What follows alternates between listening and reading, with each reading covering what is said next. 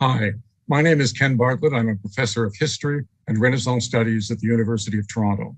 I've devoted my career to the study of the Renaissance, and I hope this introduction to the Italian Renaissance, why it began and why it ended, will provide an overview of that most remarkable period in European history and culture. Florence was the cradle of the Renaissance, and the reasons for this are relatively clear.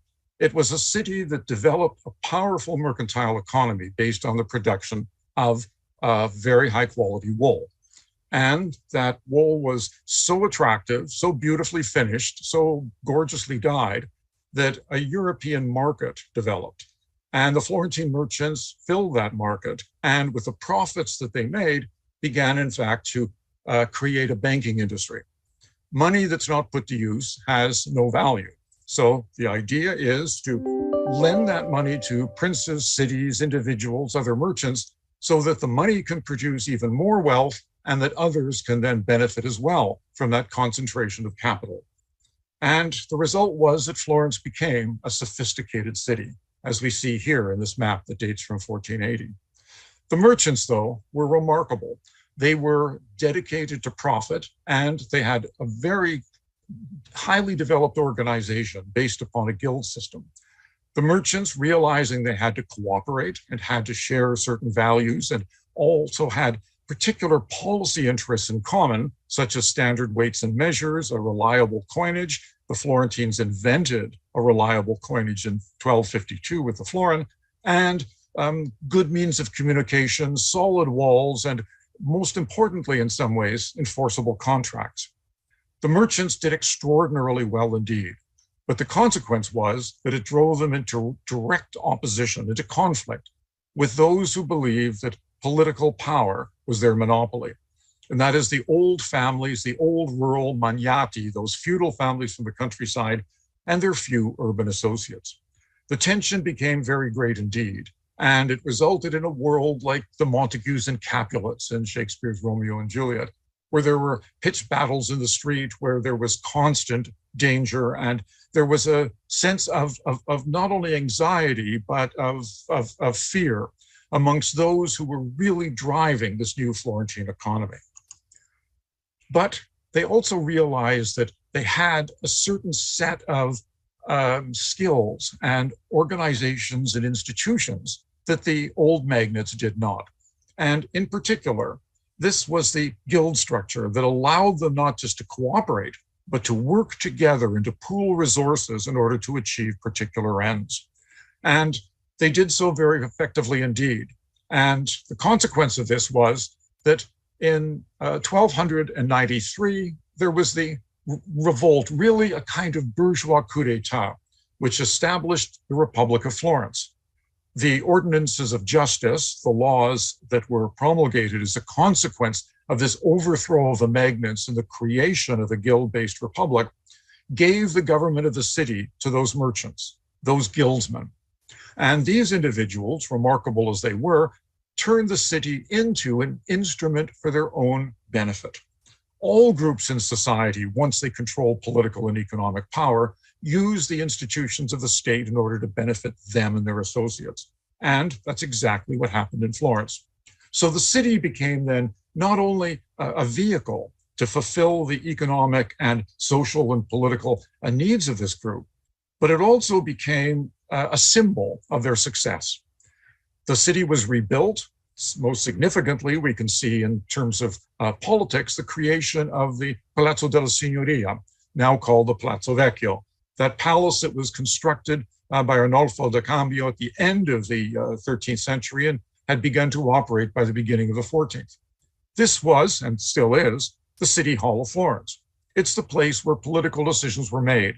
And Florence ceased to be a city dominated by old aristocratic families and became instead one dominated by 9 priors, a collective executive that ensured that the city would benefit those merchants who would accomplish that coup d'etat. The thing about revolutions, though, and about any fundamental change in political and economic and social structures, is that people need ideas. They need an ideology in which to really discuss the things that mean the most to them. What they need is a set of ideas that can also bind them together. Certainly, economic and political interests bind all kinds of people. But if you share a set of principles, those principles then can be even more powerful and create a kind of unity that nothing else could.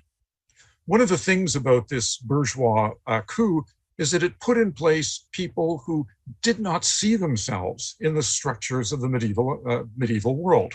They weren't aristocrats fighting on horseback. They weren't peasants working in the field. They were members of the third estate, but they had great wealth, and they had political power, and they had social mobility. So they were looking for a set of models that would reflect their own reality. And fortunately, one was available, in part because of the writings and self-interest of a particular person who came from a Florentine family, although his father was exiled with the same set of prescriptions that exiled Dante, named Francesco Petrarca. Petrarch was a poet. He was a wandering scholar. He was a person who had no roots in his city. And so what he was and what he accomplished, he created himself. And this idea of human agency, of self-creation, the desire for self-knowledge, and the desire to know a secular world in which human beings had control over their own universe, rather than simply leaving everything to the intentions of God, really connected well with these Florentine merchants. Because after all, they had engaged in social mobility, they had risen above their status, they had created their own wealth, they worked, and they saw working as something that was good. They had no social models from the Middle Ages that really gave them a sense of pride and representation. So these ideas that had developed in Petrarch became very, very attractive to them. And Petrarch himself rejected his time, rejected the Middle Ages. He wrote that he was born outside of his time. He rather looked back to the past. He looked to the world of ancient Rome as not only a guide, but also as a set of ideas and principles and institutions that could help him form his own life, and which in turn then became models for those Florentine patricians who were looking for the same thing. He saw that in the late Republic, the world of Marcus Tullius Cicero, whom we see here, that it was a world not unlike Florence. It was a republic. There was social mobility. The dominant class tended to be those with wealth and influence. And there was a sense of secular authority and secular learning that gave individual men and women, particularly men, because we are talking about the 14th century, men the sense that they could create themselves in their own image, and that they could control their own destiny, and that they could build a society that gave them some kind of meaning. Petrarch's letters and his work, including the first psychological biography and his canzoniere, his love poems to Laura, all made him the most famous writer in Europe. And as a consequence, in 1341, he was crowned as poet laureate in Rome by King Robert of Naples. This was an event that hadn't happened since the fall of ancient Rome. And it gave him an authority that permitted him to develop ideas that then became very, very current because others saw themselves in Petrarch's own search for an identity.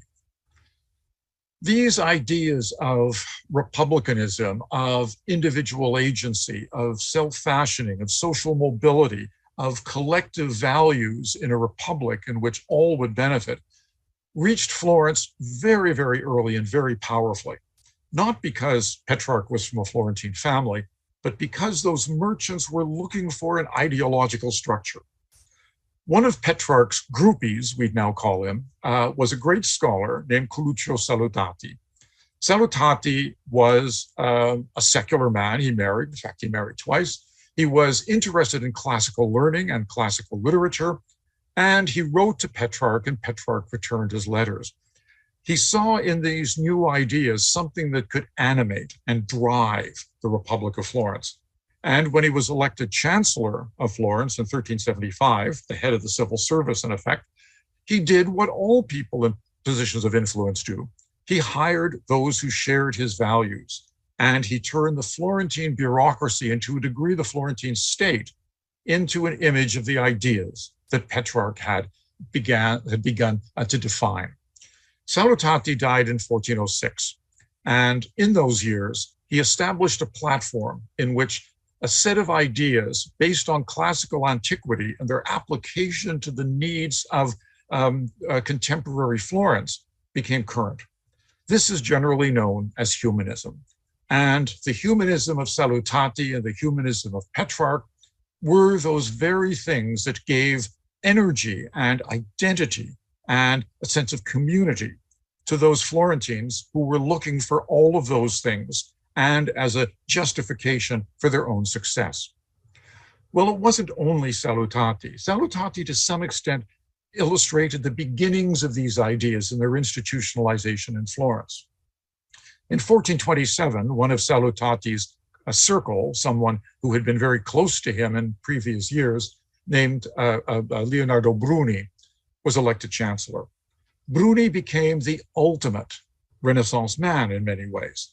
He was a great historian, he was a classical scholar, he was a politician, and in his position as chancellor after 1427, he began to go beyond Salutati's abstract use of these ideas and then turn them into a civic ideology.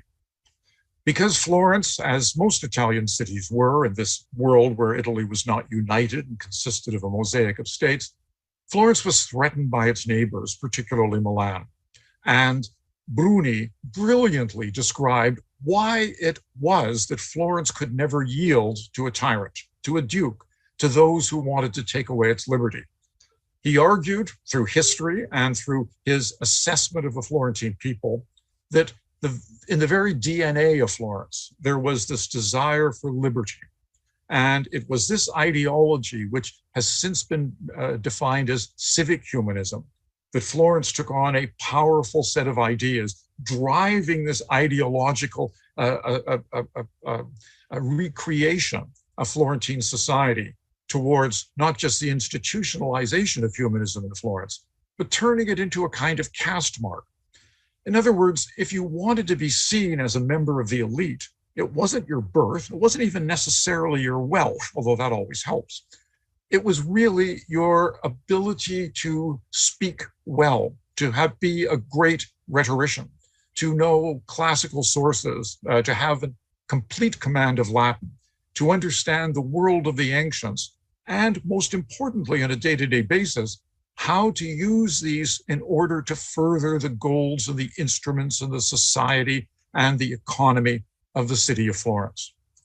When Bruni died in 1444, and this is his tomb by Rossellino in the Church of Santa Croce, we can see that these ideas had become so deeply embedded that they became really a definition of Florence itself. And the idea of creating a world where there is human agency, in which human beings make decisions that will determine the character of their lives and communities, this became part of the Florentine world. We can see the symbolism here. Here is Bruni lying on his bier with the history of Florence on his chest, and both the classical references in this tomb and the religious Christian references, because these men were all traditional Christians. And if we look at the actual sarcophagus, the epitaph is really a statement about Bruni and about civic humanism. It says that historia luget, eloquentia muta est. History itself is in mourning, and eloquence has been silenced with the death of Leonardo Bruni.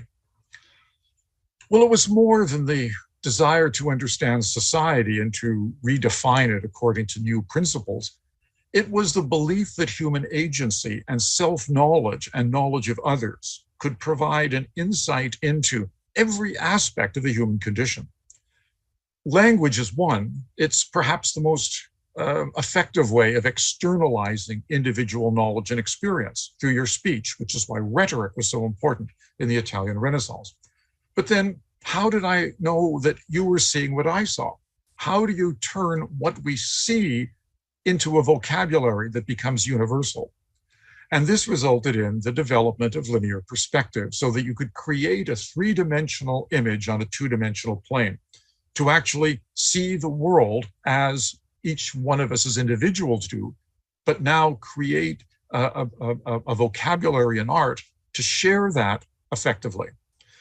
And by the 1420s, this is the tribute money by Masaccio in the Church of the Carmine. The image here is one of perfect linear perspective in which all of the figures relate to one another. And they relate because of the need for community, but also in order to produce a narrative that the observer can completely understand. The idea of reproducing what the eye sees then becomes part of this humanist obsession, this desire to not only understand the world, but to interpret it for others. Well, it's true also in sculpture. We saw that bust of Cicero, which was approximately contemporary with that statesman who died in 43 BC. But it was something that was rekindled. Why? Because if you're interested in others, if you want to do business with them, if you want to establish political alliances, if you want to marry into their families, you want to know what they look like. You want to be able to identify them. You want to see their individuality created. And the portrait bust sculpture, something that hadn't been practiced for 1,000 years, begins to explode by the middle of the 15th century in Florence. And here is a sculpture by Maiano of an apothecary. He's not a prince. He's not a mercenary captain. He's not a pope. He's a druggist, member of one of the greater guilds and a member of that Florentine elite. And so here we can see a personality in all of his reality, his age, his drooping skin. And we know that this man, Pietro Mellini, is a person that we would recognize on the street. Knowledge of yourself and knowledge of others then becomes extraordinarily important. The idea then of Florence being a place where the world can be reinterpreted, where a society can be rekindled and restructured, allows then for the overcoming even of what we see are the restrictions of time and place. This is Ghirlandaio. It's from the Church of Santa Trinita, the Sassetti Chapel. And it is the giving of the rule to St. Francis of Assisi. And that's what we see here on in the top slide. And it's fine, except that the person who commissioned this, who is the gentleman here, Sassetti, was a factor in the Medici Bank. Next to him is Lorenzo de' Medici. Next to him is Sassetti's father, and on the other side, his son. And here is the Pope giving the rules in Francis, but also coming onto the scene is the poet Poliziano, together with the sons of Lorenzo de' Medici. And all of it is taking place not in Rome in the 13th century, but in Florence. Here is the Palazzo della Signoria. This is the Piazza della Signoria. There is the Loggia dei Lanzi. In other words, Florence is a place where wonderful things happen, and it is part of this moment of revelation. And the revelation is both divine and human. And it gave the Florentine intellectual and cultural and economical elite a sense of self-confidence. They believed they could do anything. Man is the measure of all things. Man can do anything if he but wills. And this sense of self-confidence in any society at any time becomes self-perpetuating. If you believe you can do anything, you challenge yourself so that you do. And we can see how this sense of community develops. This is the baptistry in Florence, the Church of San Giovanni. The Renaissance believed it was an ancient building, a temple of Mars, but it's not. It's actually a Romanesque baptistry that dates from about the year 1100 that was subsequently reclad. But from our perspective, we can see how this change of culture is happening. The interior has a wonderful mosaic by one of the great mosaicists of the Middle Ages, Jacopo Turriti, and it was done about 1225. And of course, it's the vision of the damned and the saved. So here, this image of hell, there's the devil eating all of those who in fact have been confined to bottomless perdition. But he's also wearing a Mickey Mouse t-shirt, which makes me a little bit concerned about Disney being a satanic cult. But this is an image that is based upon a medieval view of man not in control of his own universe, but just as a pilgrim waiting to be judged in the next life. Well, let's compare it with the third set of doors made for this baptistry, completed in 1452 by Lorenzo Ghiberti. These doors are highly important and highly significant, the way doors are, because if you were born in Florence, you were, until you were baptized, a soul destined for limbo. But if you passed through these doors into the baptistry and you were baptized, you came out a citizen and a Christian. So this act of liminality is so important, it needed to be celebrated in art, in visuals that would help reinforce the sense of individual agency in the moment of one of the most significant events of a Christian's life, and that is baptism.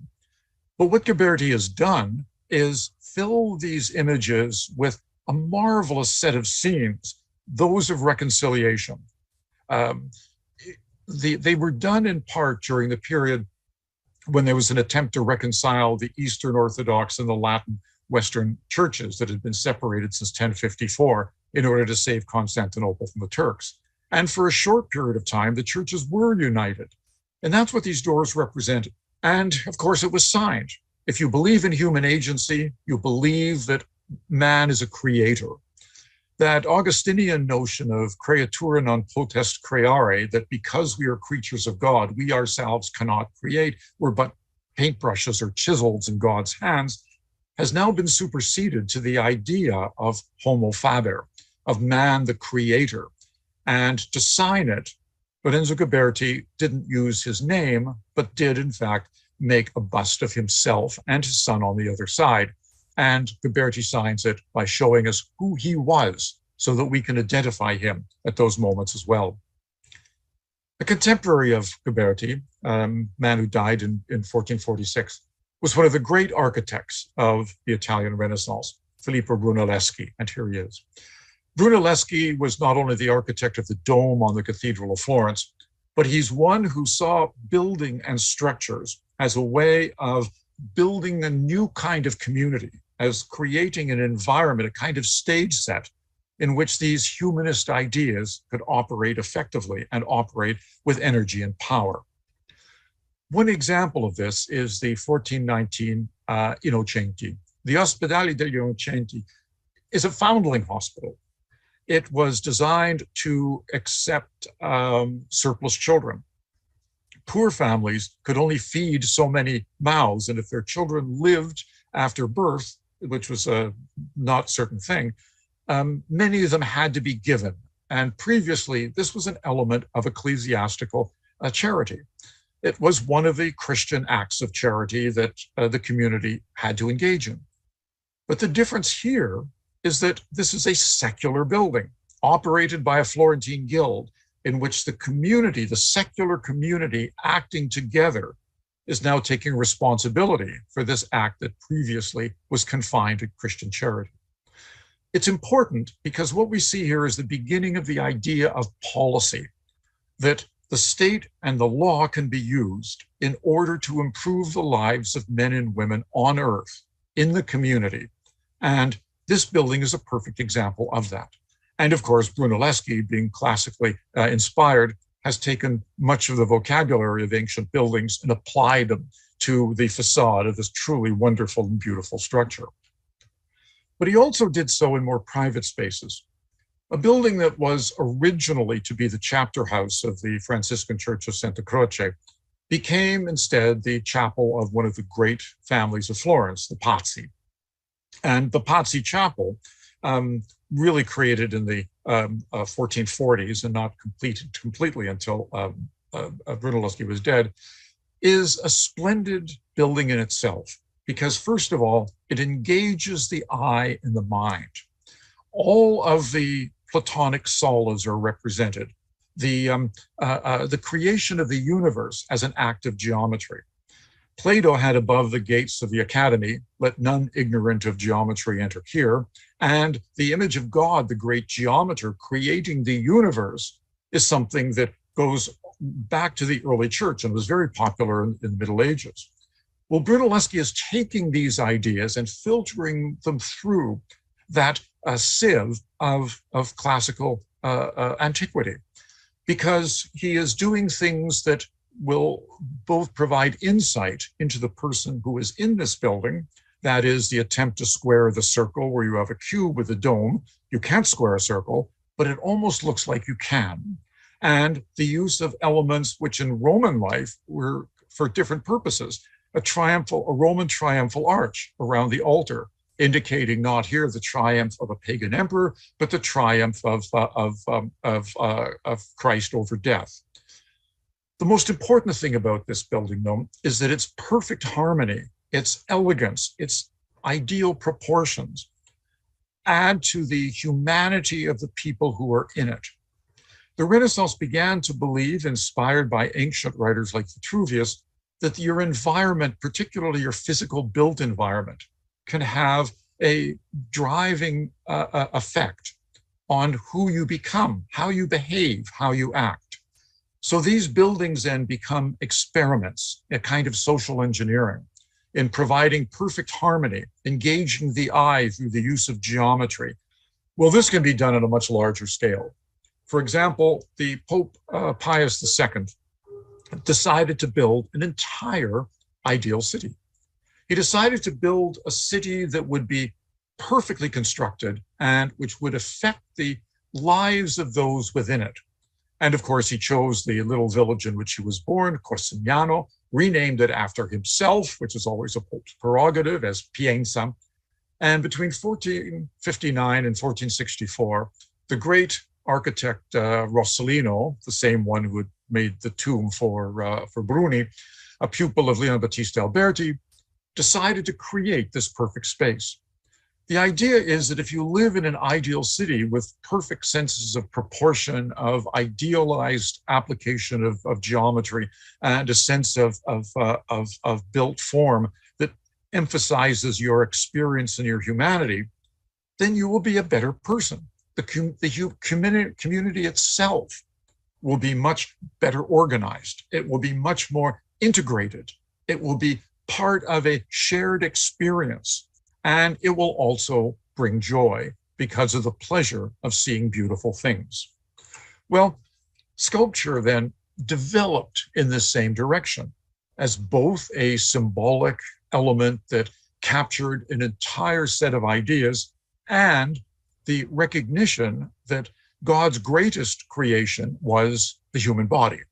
And the medieval concern, almost occasionally repugnant, of the naked human body, which was so reminiscent of the fall from grace in the Garden of Eden, changed fundamentally. So by the 1440s, you have got Donatello making for Cosimo de' Medici the first freestanding male figure since antiquity in his David. And it is a beautiful piece. And as we can see, if we look at it from all directions, it is exactly as an adolescent male would look. But it's not only the figure of David, but it's the implication and the ideological function of David. When I said that Salutati, and particularly Bruni, had written in favor of freedom and the struggle of small states committed to their own liberty against more powerful states committed to suppressing that liberty. It was a set of ideas based on history and observation, and to a degree, nothing short of propaganda. But in art, David becomes the symbol of Florence. Florence was David. It had defeated the Milanese in 1402. It maintained its independence despite the threats against it. And so David becomes a kind of metaphor for the entire Republic of Florence and was consequently reproduced in almost every generation. Here is Verrocchio's David, which dates from 1473, 1475, and for which, by the way, the model was probably the young Leonardo da Vinci, who was in the workshop of Verrocchio. And of course, the most famous is Michelangelo's. Michelangelo's David of 1501, 1504 becomes a symbol of Florence, as it is to some extent to this day. The idea that the Florentines are chosen not by God necessarily, but by their history, their love of liberty, and their intelligence, and their love of beauty. All of these Davids are beautiful. They have to be, because of the Renaissance belief that beauty is an outward and visible sign of goodness. David was, of course, good, and so consequently, he had necessarily to be beautiful. The city of Florence and the republic that was founded in 1293 was a brilliant experiment in statecraft and changed the nature of how we view the state. But all republics slip into factionalism. Individual groups or individual families saw their own interest as more important than the interests of the community at large. And that factionalism and the threats to the power of those in the most elite positions resulted in a set of circumstances that gave rise to an opposition of a popular party, of people who wanted more of a return to the way the state had been originally conceived. Well, the leader of this group was the richest man in Europe, the head of the Medici Bank, Cosimo de' Medici. And after a clumsy attempt to first execute and then exile him, he was recalled to the city in 1434, and that year begins the Medici hegemony. Cosimo, and this is a portrait by Pontormo painted after the death of Cosimo in 1464. Cosimo wanted the Republic to work. When he was recalled, he could have done anything. He could have turned himself into a prince, but he was a committed Republican. He believed the ideology that power distributed over many people is far better than power concentrated in one person's hands, even his own. So he let the Republic continue. And in fact, in some ways, he made it work better than it had ever worked before. And his only means of control, to ensure that he had a majority on the committee that determined who was eligible for office. And that is to decide how much opposition he was going to actually accept. He too believed in the rebuilding of the city and the creation of the city as a work of art. The Florence that we know today is essentially still a Renaissance city. And that's because men like Cosimo de' Medici and those who went before and those who came after saw the responsibility they had to use their wealth, their power, their influence into turning the city itself into something beautiful, to create that ideal city we've already discussed, so that the character, the personality, the shared values of citizens can all be reflected in the harmony of the architecture and in the beauty of the buildings. Cosimo constructed his own enormous palace. It wasn't quite this big when he began it in 1444 on the Via Larga. And large it is. But we have to remember that this isn't just his family home. This is also the headquarters for the largest, most important bank in Europe. So it was both his home and his banking center. And it also, because of his influence, became a political center. So it was necessary that it not only be beautiful, but it also provide that sense of solidity. You want to believe that buildings are powerful because the people in them are powerful and the money in your account is safe. Go to any North American city and what dominates the cityscape? Banks and insurance companies, so that you feel that your $9.20 in your savings account will be safe. It worked exactly the same way in Florence. Cosimo then and his son, Piero the Gouty, unfortunately, what a way to go through history, wanted to reinforce the sense of beauty. Cosimo spent a great deal of his own money in making the city more beautiful, but also he wanted to focus his sense of his family and the relationship with the major questions of their time in such a way as to provide a means almost of education. And that's what the Medici are doing here in the Benozzo Gozzoli Journey of the Magi, begun in 1459 in the Medici Chapel.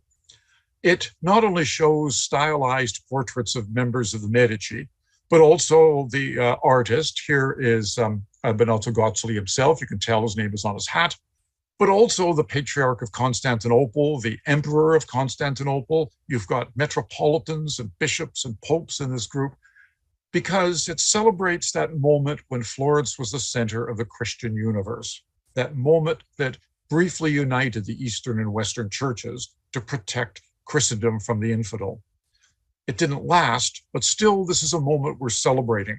But from our perspective, the important thing is that Cosimo and his family are actors in this play. They're actors in this theater of politics and of religion and of wealth and in power. Cosimo's grandson, Lorenzo, known as Lorenzo the Magnificent, was one of the most remarkable figures of European history, despite his short life. He became the head of the Medici family at the age of 20 after the early death of his father. And he was a remarkable human being, a talented poet, a brilliant thinker and speaker. He had a common touch. He had superb taste. He had sincere religious belief, and he became a kind of symbol of what the Renaissance in Florence could be. This is a painted terracotta bust by Verrocchio, and probably was the model for the wax votives that were created in 1478 to celebrate his surviving an attempt on his life during the Pazzi conspiracy. And Lorenzo had to be great. This is his desco da parto. That is his birthing tray, that ritual gift to women about to or just having given birth. And the symbol of it is so clear. It's fame being worshipped by all the heroes of the past, indicating that in the fullness of time, Lorenzo will be amongst them. Lorenzo had to live up to this fame. It meant a great deal to Lorenzo. It was in his bedroom from the moment he was born until the day he died, and is now in the United States. It's in the Metropolitan Museum. And it's worth seeing and making a pilgrimage to view it, because it in some ways encapsulates these very ideas and views that we've been talking about. The idea that you can make your life and yourself, according to certain principles, a better thing. You can devote it to principles like freedom and liberty. You can devote it to success or power, but it's within your power itself. It's your choice. And this idea of freedom of choice and the self-fashioned individual becomes one of the things that drives Renaissance culture. Lorenzo was also interested in ideas, and he surrounded himself with those who could talk about things that were increasingly recondite, that were very difficult and complicated. And that's especially true of his Platonic Academy, a group of individuals who would meet at his villa at Careggi or elsewhere and talk about Plato. His grandfather had begun the translation of all of the works of Plato, as well as some other texts from the Greek to Latin, by patronizing Marsilio Ficino, who was amongst this group of four. And these ideas became ever more powerful and ever more significant. The problem with these ideas is that they are slipping into a kind of closed circle. The Platonic concepts that are discussed are very difficult. They require a great deal of reading and knowledge. If you're working in the counting house, you're devoted to commerce, it's difficult to achieve that.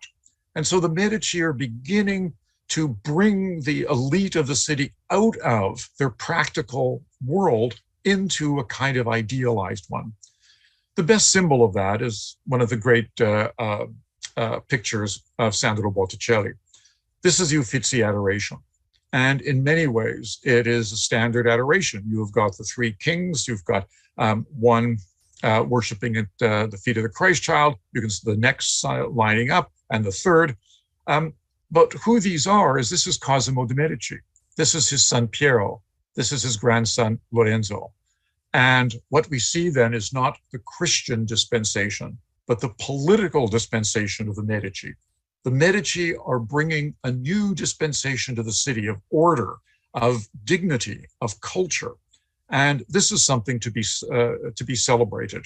And indeed, Sandro Botticelli, in his only self-portrait, puts himself right here so that he indicates clearly that he's part of it. Lorenzo unfortunately died young in 1492, and he was succeeded by every father's nightmare. A son who was a braggart, who was paranoid, who was stupid despite his fine education, who was a brawler.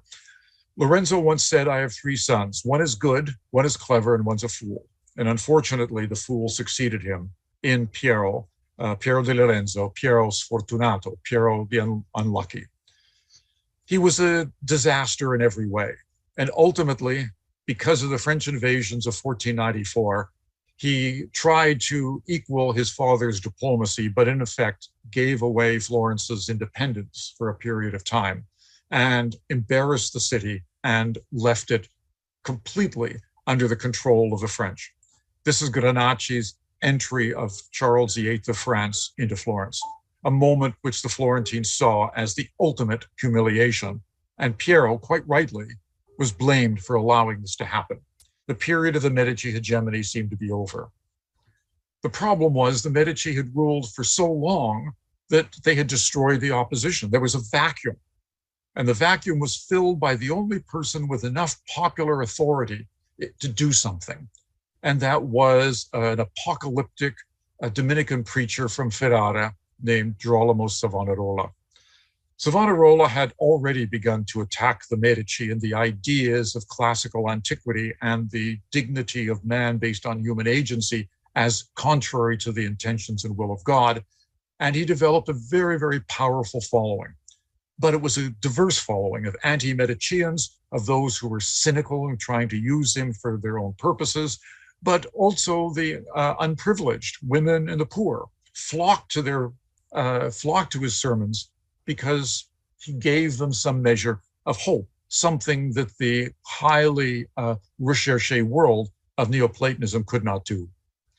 But he did not last. He offended the Pope, and ultimately, in 1498, he was tried for treason in the city and tried as a heretic by the church, and he and two of his closest followers were burned. But the end of Savonarola did not end the problem of the Constitution of Florence. Florence had worked best to some extent when the Constitution was manipulated from below by those who either shared the same values or from above by one family like the Medici, who was able to provide some measure of integrity in policy and some measure of unity in action. So Florence became, to some extent, a place that was being increasingly marginalized. The Republic lasted until 1512, but so much of the genius that had been developed, so many of the workshops that had begun to produce these fabulous works of art and institutionalize them in the city, began to lose the patronage.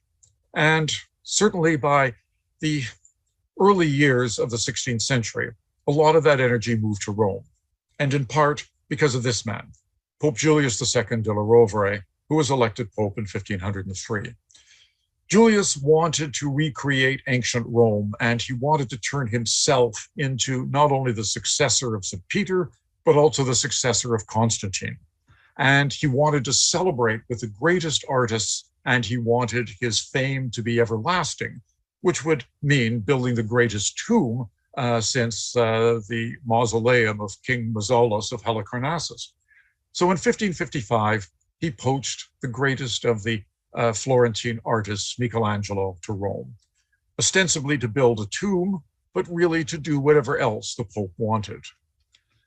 In 1508, despite some early work on the tomb, the Pope gave him a job of finishing the chapel that the Pope's uncle, Sixtus IV, had begun, the chapel named after him, the Sistine Chapel. And the ceiling vault was very simple, and it wasn't grand enough for this Pope, who loved grandeur.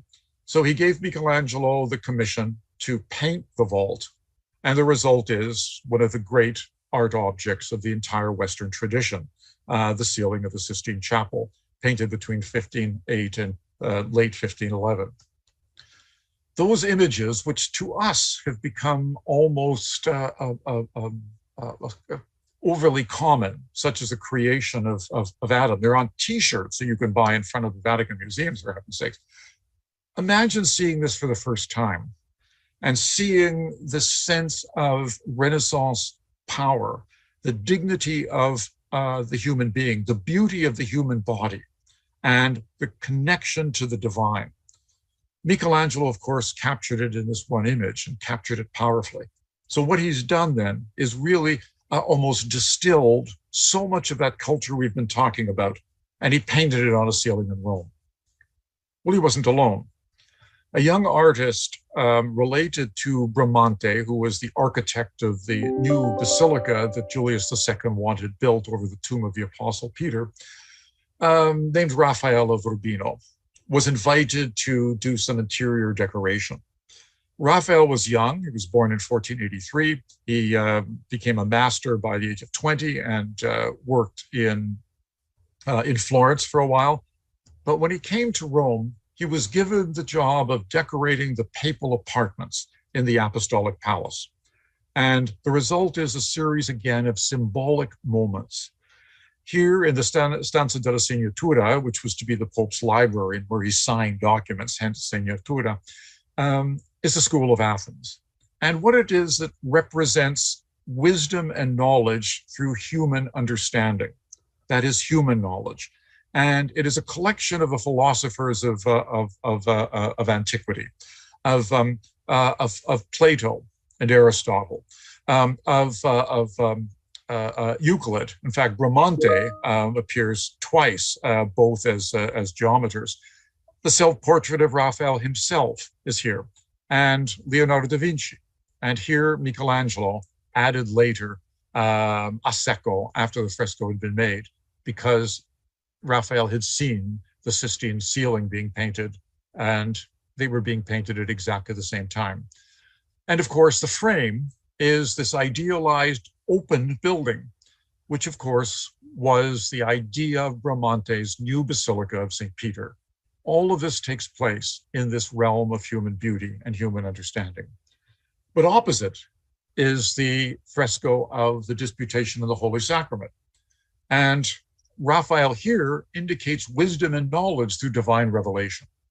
And here the consecrated host in the monstrance on the altar, and the vertical line through the dove of the Holy Spirit to Christ, to God the Father, and the horizontal composition, which is in three, representing the Trinity, is something that is profound in the extreme. And it was designed so that there would be a rhetorical relationship, a dialogue between the School of Athens and the Disputation.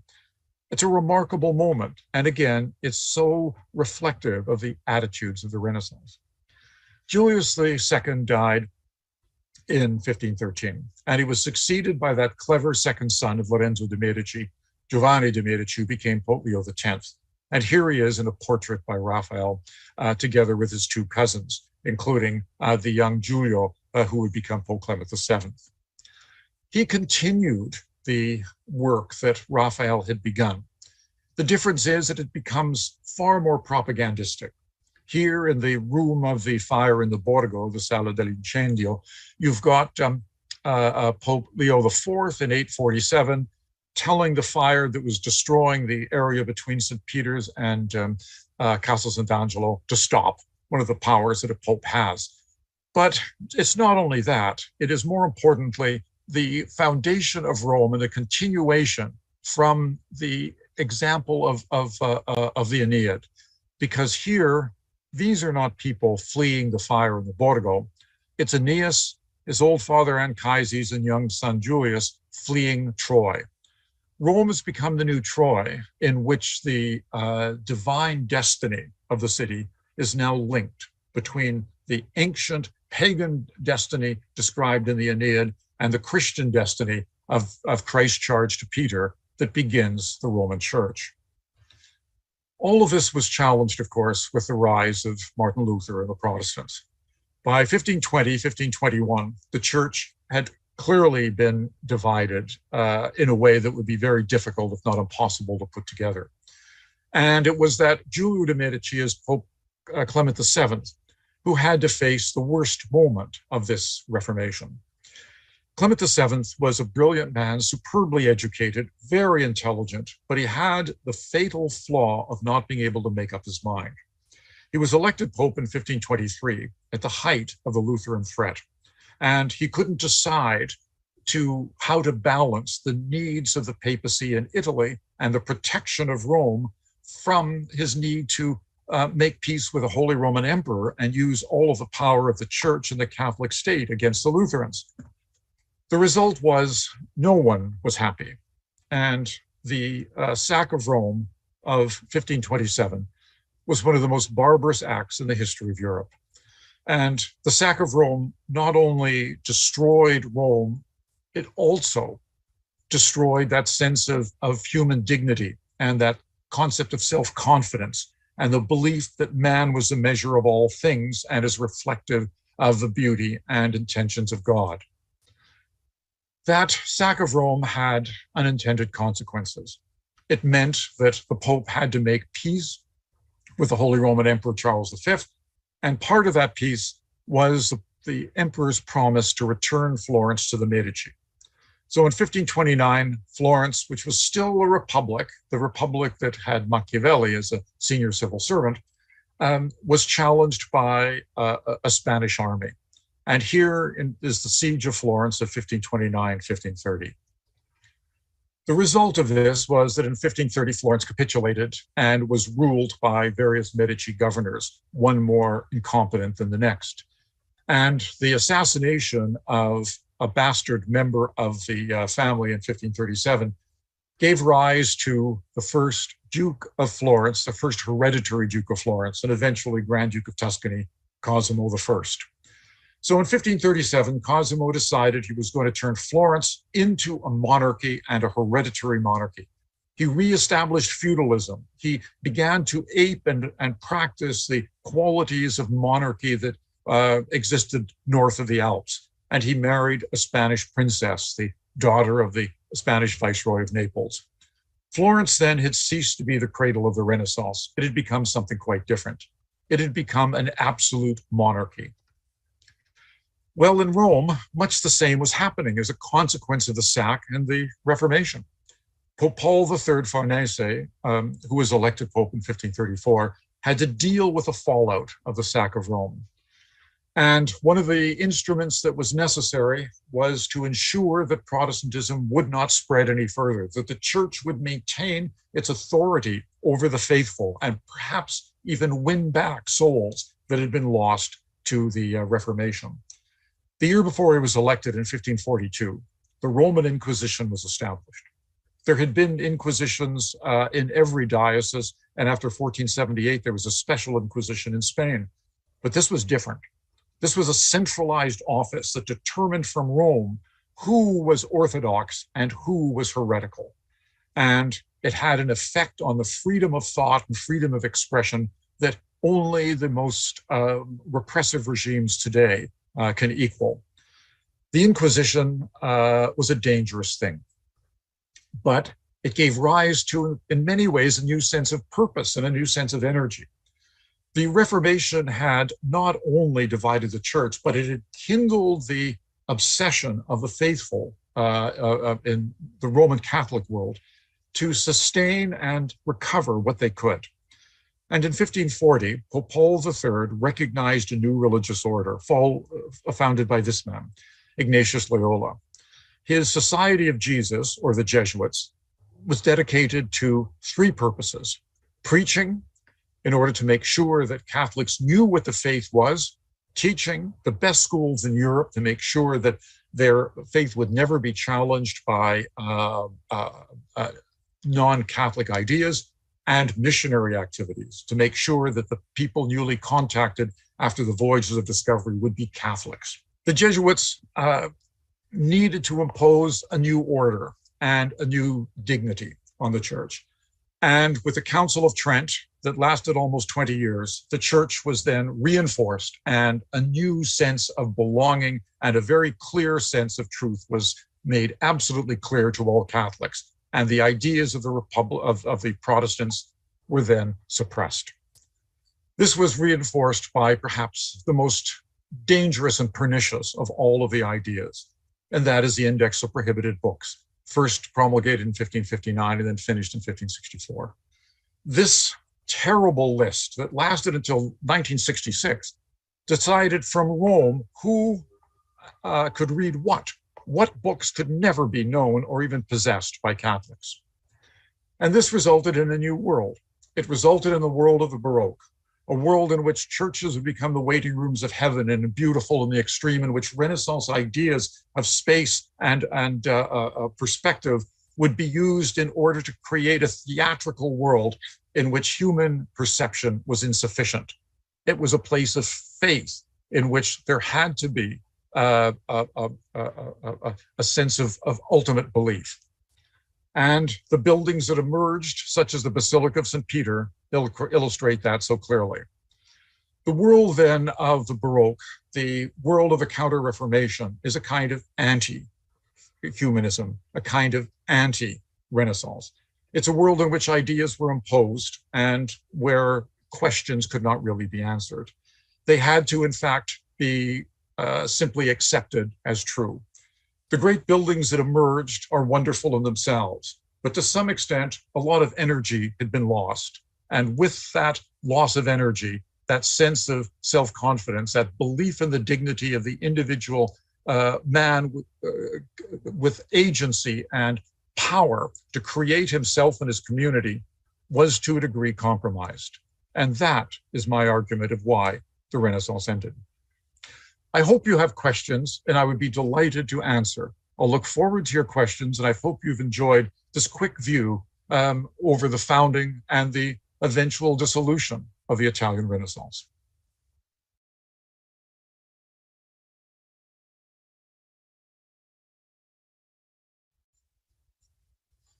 Hi, a pleasure to be back, and I hope you enjoyed the lecture. There are some terrific questions, and I'd like to begin right away in order to do justice to them. There are a couple of questions on the idea that Florence and Italy at the beginning of the Renaissance was a kind of unique place. And it really was. There are no comparators, partly because historical comparisons tend to be a parlor game anyway. But the reality was that there was a sort of a fission, a critical mass of circumstances that had to do with a lot of discretionary wealth, that had to do with a particular social structure, Republican government, and social mobility and access to the levers of political, social, and economic power. And also the idea that moving away from a traditional nobility meant that those in positions of influence and authority needed to have instantly recognizable caste marks. And part of this was the humanist education. Part of it was building grand palaces in order to indicate your status. And part of it was the patronage of art. And in fact, I've written elsewhere that the patronage of art in the Italian Renaissance was really war by other means, a way of establishing a kind of hierarchy of authority based upon the ability to create beauty and create ideas. And those ideas operated in almost every sphere. So you can't really compare the Renaissance in Italy with any other place on earth, because it was a unique experience. You asked about a little bit more information on how the built environment affects personality. Well, I think you just have to remind yourself of your own experience. A beautiful space, a perfectly proportioned, elegant building with lots of natural light in which you feel comfortable, where there's easy movement, and where you identify with the decoration and with the structure, and where the structure is in proportion to your own human body, so that you don't feel overwhelmed by the space. This is what it really means. The idea that you can create a sense of harmony and a sense of belonging by constructing spaces that conform to certain basic principles. Some of those principles were outlined in Vitruvius's books on architecture, that chief architect of the Emperor Augustus, whose book made so much influence when it was rediscovered at the beginning of the 15th century, and then was built on by other architects such as Palladio and Leon Battista Alberti. So space does have an effect on us, including our moods and the way that we relate to other people. There's a question about the plague. This is actually a really important question because it's to some extent counterintuitive. The Florentine banking industry had developed as really a Europe-wide phenomenon by the early 1340s. It had established branches all across Europe, and the enormous profits from the wool trade were then invested in lending and in the transfer of money from one place to another on the continent. And this allowed the Florentines to get even wealthier. Unfortunately, a number of them made a terrible mistake, especially the two largest banking firms, that of the Bardi and the Peruzzi. They had made huge loans to the King of England. And Edward III was told at some point, about 1343, that he couldn't really ever repay those loans, that the amounts were so large that it was impossible for him to really fulfill his obligations. So he defaulted. And he repudiated the loans, and he also took the property of Italian merchants in England, and he exiled them all. The result was the collapse not just of the Florentine economy, but the European economy. This was a terrible, terrible thing. It resulted in an enormous amount of suffering because those banks had taken on deposit small amounts of discretionary wealth that even lesser guildsmen, shoemakers and barrel makers had put on deposit in order to get what they thought was a reasonable and reliable return. So the economy of much of Italy, but particularly Florence, fell with the Bardi and the Peruzzi Bank. The argument has been made that the plague that was introduced from the east, probably on a Genoese ship from the city of Caffa, because when Caffa was besieged, the bodies of plague victims were catapulted into the Genoese colony on the Black Sea. Sometime around late 1347, maybe as late as early 1348, that the plague was worse than it otherwise would have been because there wasn't sufficient wealth for cities, towns, princes, rulers to distribute cheap grain in times of famine. So you could argue that the entire nutrition level of Europeans declined as a consequence of the financial crisis of 1343. But there was also a sort of silver lining in this, and this is where economics really do become the dismal science. The financial crisis was to some extent undone by the Black Death because of the patterns of patrician marriage, where you married within your own social and economic group. It meant that all of your relatives were wealthy if you were wealthy.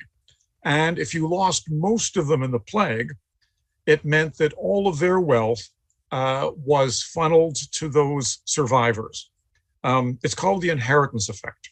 And what the inheritance effect did was recapitalize large numbers of Florentine firms, as well as other European firms, but particularly Florentine firms. They were able then to recapitalize after the crisis. And the result was that the Black Death was in many ways the salvation of the Florentine economy, despite the dislocation. Everybody in some ways benefited. Those who were manual laborers benefited because they could agitate for higher wages. Cloth still had to be produced, so you needed workers to do it. And those workers were in demand, and so they could get higher wages and consequently live somewhat more comfortably. So the plague was, in fact, a kind of mixed blessing.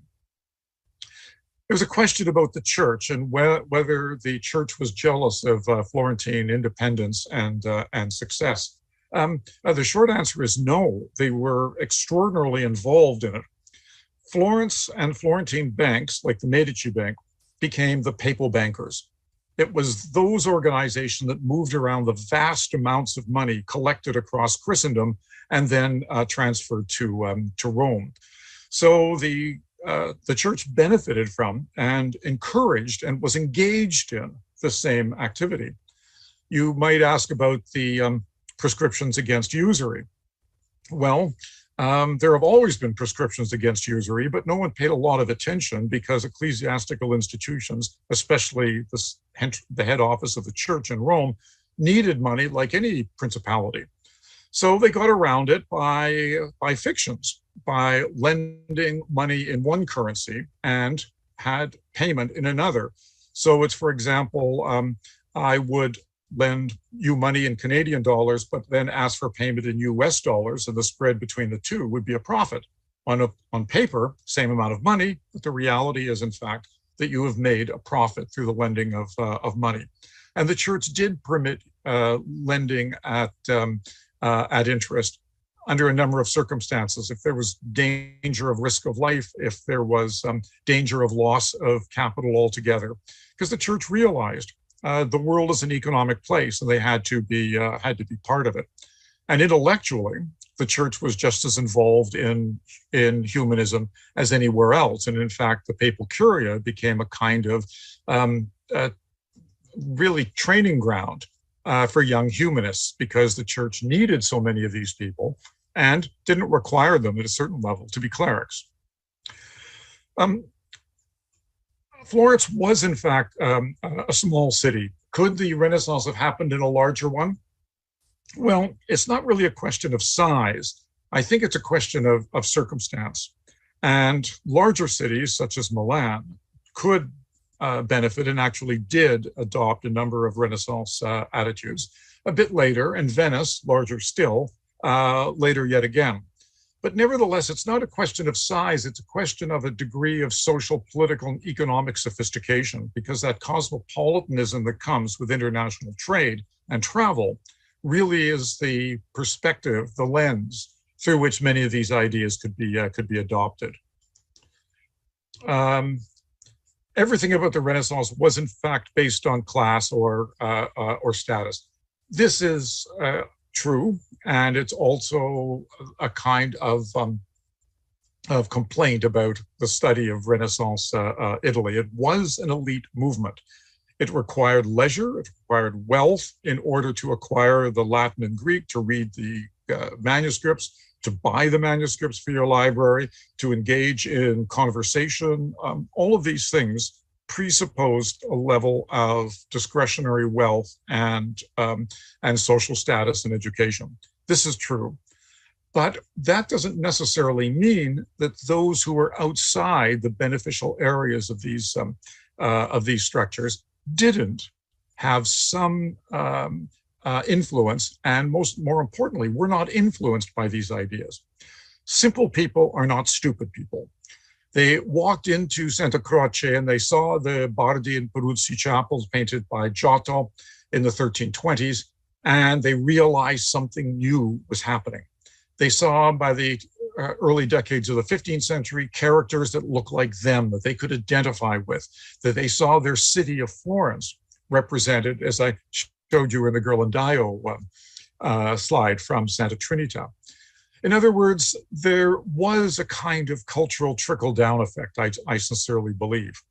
Did they actually participate in the level of cultivated discourse and the commissioning of art?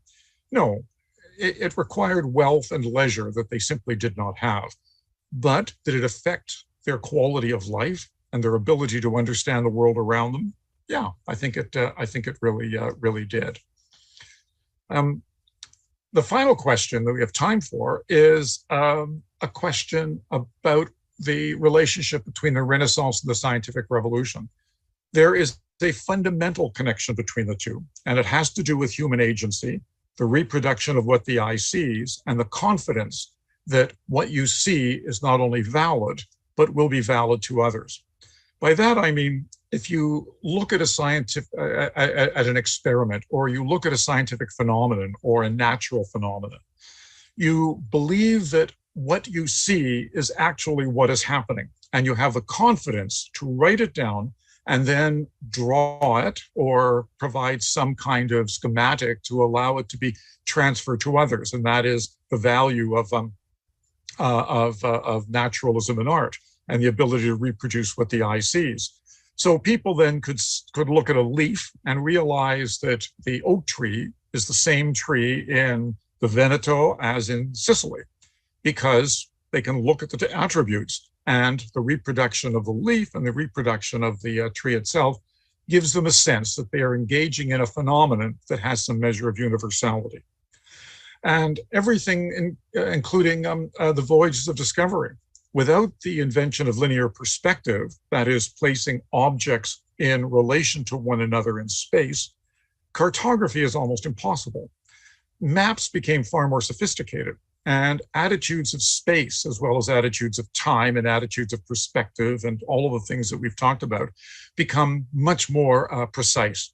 And then finally, anatomy. It's not an accident that Vesalius produced De Fabrica Humani Corporis in 1517. It's not an accident at all. And when it was printed and made universal by the 1540s, what you have got in those editions of Vesalius are correct anatomical drawings of the human body. They are not dependent on Galen. They are not dependent on what the hysterical action or on demons being held inside the brain. They actually got to do with how the body works. And so, yes, there is a direct connection from one to the other. Well, our time is up. I hope that you've enjoyed the lecture, and I look forward to speaking to you again. And remember, there is beauty to be found in everything, and the Renaissance has given us some of the tools in order to appreciate that beauty. Thank you very much.